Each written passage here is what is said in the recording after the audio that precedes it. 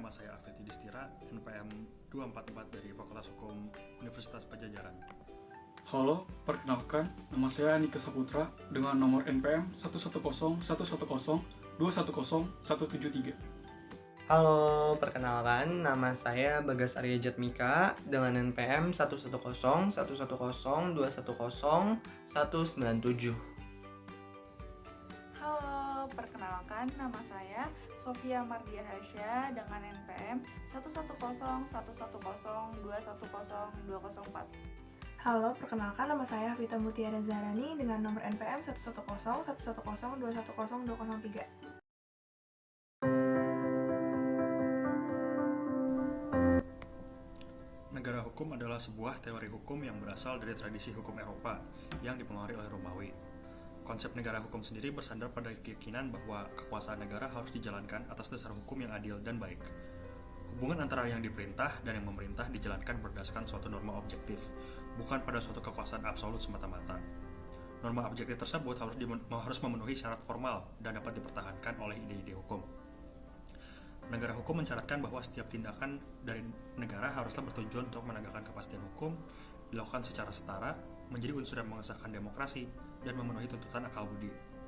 Alat-alat negara mempergunakan kekuasaannya hanya sejauh berdasarkan hukum yang berlaku, dan dengan cara yang ditentukan dalam hukum itu.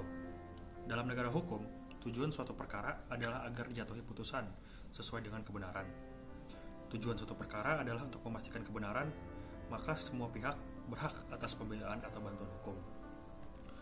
Unsur dari negara hukum tersendiri adalah yang pertama, hak asasi manusia dihargai sesuai dengan harkat dan martabatnya.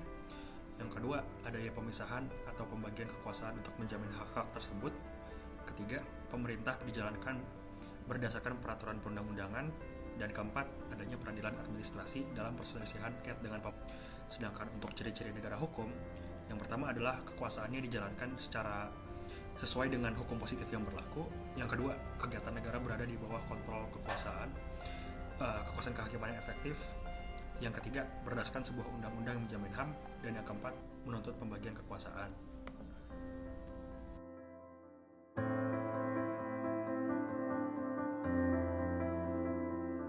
Selanjutnya, saya akan menjelaskan definisi negara kesejahteraan.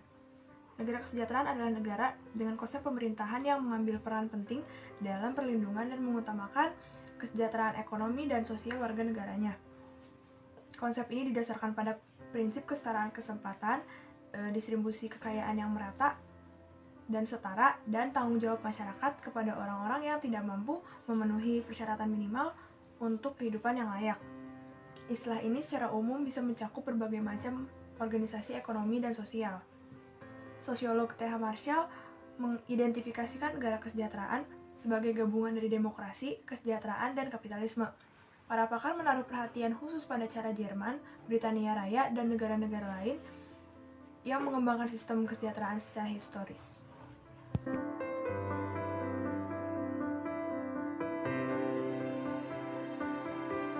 Selanjutnya, saya akan menjelaskan tentang apa sih negara kekuasaan itu.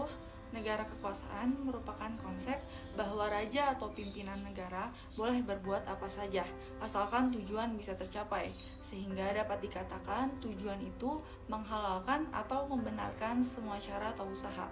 Maka, kepentingan negara harus diutamakan, dan apabila perlu, negara dapat menindak kepentingan individu.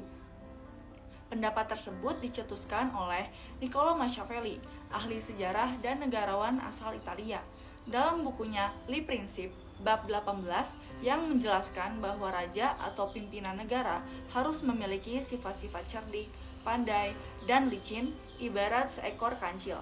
Akan tetapi, harus pula memiliki sifat-sifat yang kejam dan tangan besi ibarat seekor singa. Faktor yang melatar belakangi konsep tersebut adalah karena dunia yang saat itu merupakan dunia yang tanpa moral dan saling adu kekuatan, sehingga faktor kekuasaan lah yang terpenting. Dalam versi Thomas Hobbes, seorang ahli pemikir besar tentang negara dan hukum dari Inggris, beliau berpendapat bahwa negara kekuasaan timbul karena keadaan yang anarki antar manusia, sehingga dibutuhkan suatu otoritas publik yang punya kekuatan koersif agar individu ini patuh. Oleh karena itu, Hobbes sebenarnya anti-demokrasi karena ia tidak menyarankan adanya pembagian maupun pemisahan kekuasaan layaknya sistem demokrasi yang populer saat ini. Hobbes melihat demokrasi sangat rentan dengan perpecahan karena terlalu banyak pemikiran yang harus dipertimbangkan untuk suatu keputusan. Di tangan satu penguasa absolut, tentu hal tersebut bisa diminimalisir. Baik Hobbes maupun Machiavelli adalah orang-orang yang realis. Keduanya tidak terjebak dalam pemikiran idealis dan mereka terlepas dari pemikiran-pemikiran teolog abad pertengahan yang mengutamakan nilai-nilai moralitas dan agama. Mereka berusaha melihat manusia dari pendekatan realitas sosial dan justru memberikan pencerahan dan pengetahuan mengenai sisi gelap manusia tersebut. Mereka memberikan pengakuan bahwa sisi gelap manusia tersebut seharusnya tidak luput atau tidak diabaikan sama sekali. Dari konteks sosial di masa kedua pemikir tersebut hadapi, yakni peperangan dan perpecahan, solusi terbaik saat itu adalah memperkuat posisi penguasa atas masyarakat sipil. Keduanya sebenarnya memiliki fokus yang berbeda, yakni Hobbes yang berfokus pada pemerintahan yang kuat, sementara Machiavelli yang berfokus pada sosok pemimpin yang bisa mengendalikan masyarakat. Meski penyelenggaraan kekuasaan menjadi despotik, namun keduanya sepakat bahwa dengan cara seperti itulah peperangan, pemberontakan, dan perpecahan di dalam negeri tidak terjadi lagi. Di saat itulah tercapai kehidupan ideal yang diinginkan baik oleh Hobbes maupun oleh Machiavelli, di mana kekuasaan bisa meredam anarki di dalam masyarakat.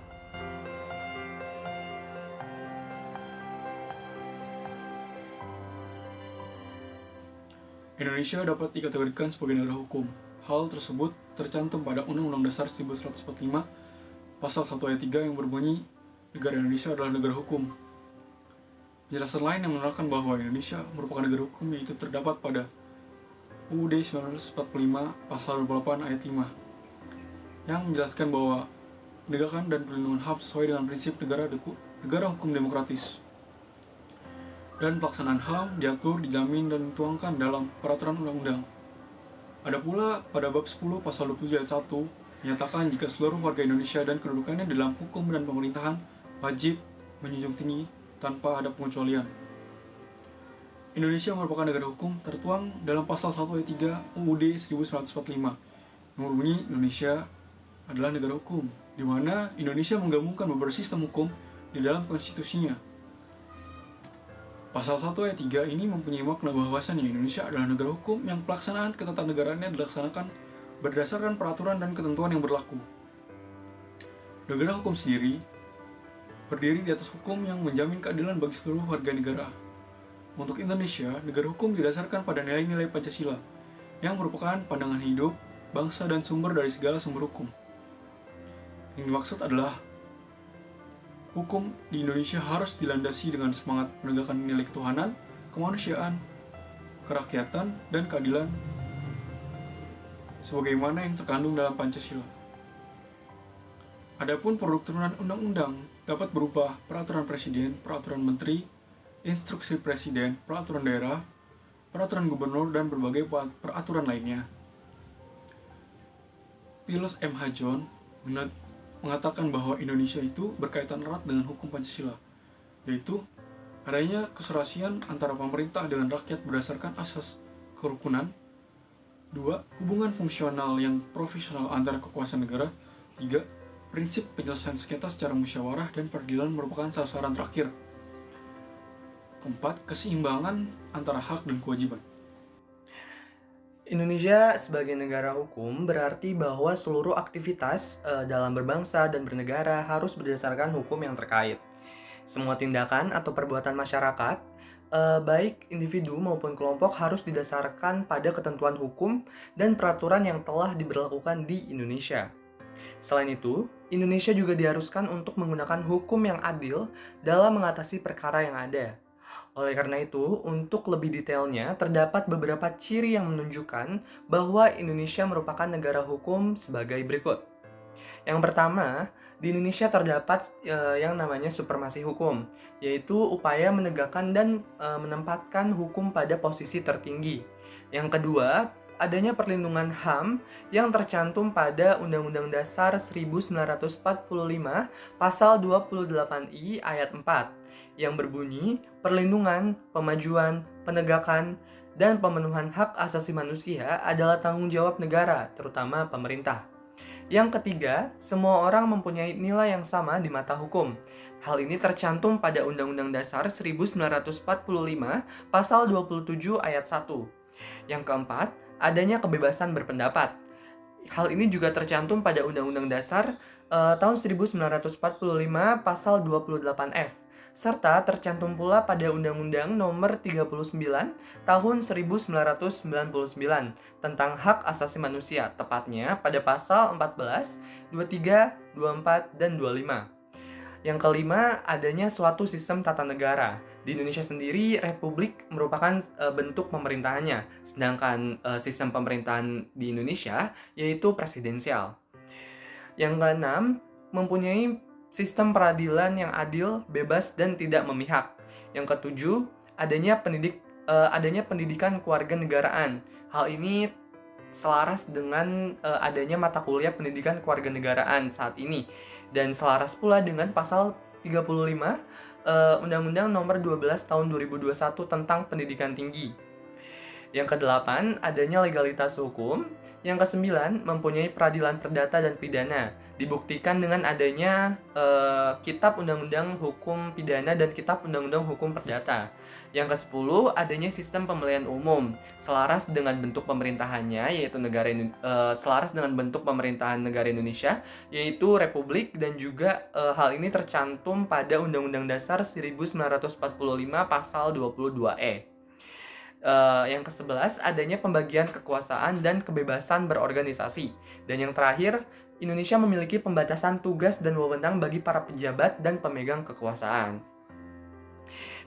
Dari argumentasi yang sudah dijelaskan oleh kami dapat menyimpulkan bahwa Indonesia adalah salah satu penganut konsep negara hukum yang material, yang juga mengadopsi konsep-konsep negara welfare state. Dan secara implisit bisa dijumpai pada penjelasan umum Undang-Undang Dasar 1945, serta jika ditelisik secara keseluruhan dari isi Undang-Undang Dasar Negara 1945, dapat ditarik kesimpulan bahwa negara Indonesia merupakan negara hukum yang material atau negara dengan konsep welfare state, di mana negara mempunyai tanggung jawab mutlak untuk memajukan kesejahteraan umum rakyat dan mewujudkan keadilan sosial bagi seluruh warga negaranya. Oleh karena itu, kelompok kami berpendapat bahwa Indonesia merupakan negara hukum.